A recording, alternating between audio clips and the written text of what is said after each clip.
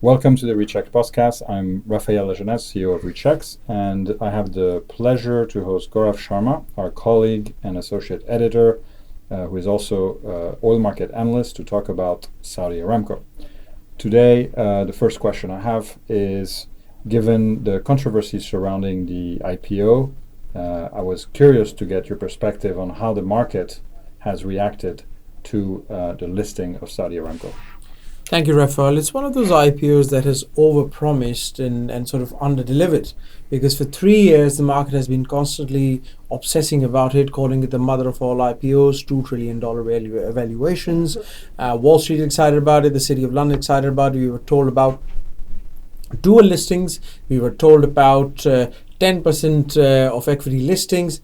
Neither happened. In the end, it was not 10%, it was not 5%, but a mere 1.5% debut on the Tadawul, the domestic Saudi exchange. In my mind, that is a bit of a damn squib. Does the company has longevity? Where from here? Those kind of questions is secondary, but in terms of what was promised to the market, the IPO is definitely disappointed. And if we look at the future as a public company, what is, you think, in store for Saudi Aramco now that it's listed? I think it brings with it much more scrutiny. I think Saudi Aramco would need to get used to having its listed oil behemoth joined at the hip with the volatility that we see in the oil market.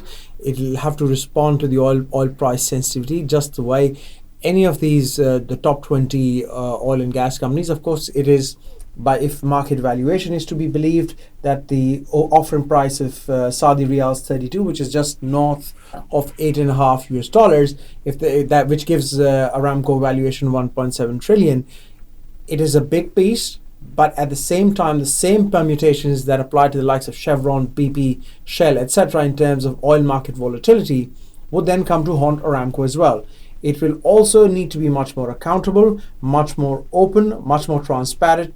The sort of things, the sort of ways that the company has not really been used to. Yet at the end of the day, it will once, if you take the offer amount, end up netting somewhere in the region of $25.6 billion. And that would be a nice cushion in terms of what Aramco can raise at home.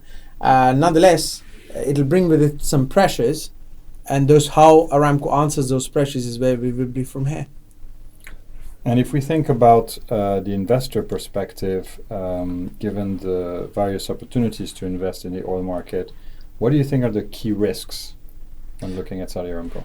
I think we've had a lot of positive chatter, especially a lot of people on Wall Street like to gloss over the positive chatter, but this is a company with a very high risk profile. Now, if you look at their investor allocation, what we hear from Aramco is that of the 1.5% of equity that was on offer, 33.3% would be on offer for individual investors, and the remainder, i.e. 66.7%, would be on offer to institutional subscribers. Now, both sets of subscribers would bring with them a certain amount of scrutiny, a certain amount of sort of where would Aramco go from here. And then the problem here is the servicing that Aramco provides to the wider crude market world. Now, if you look at crude oil demand, for starters, there are certain demand complexities on the horizon. I'll come to those in a minute. But in terms of the nature of demand, crude oil demand itself, that demand is shifting more towards petrochemical, more towards aviation, and perhaps a little bit away from human mobility with the proliferation of electric vehicles, electric public transportation fleets. And this change is happening gradually. Rather more in the near term, we have problems with the US-China trade-off. We have problems of a German slowdown. Brexit is yet to be unresolved. And there are negative outlooks on several emerging market economies like Argentina, like Turkey. So that will all weigh on demand. You take all of that in, that creates certain demand risks for Aramco as a listed company, because if the investor sees demand perception is towards the downside, then Aramco will have certain issues weighing on its share price.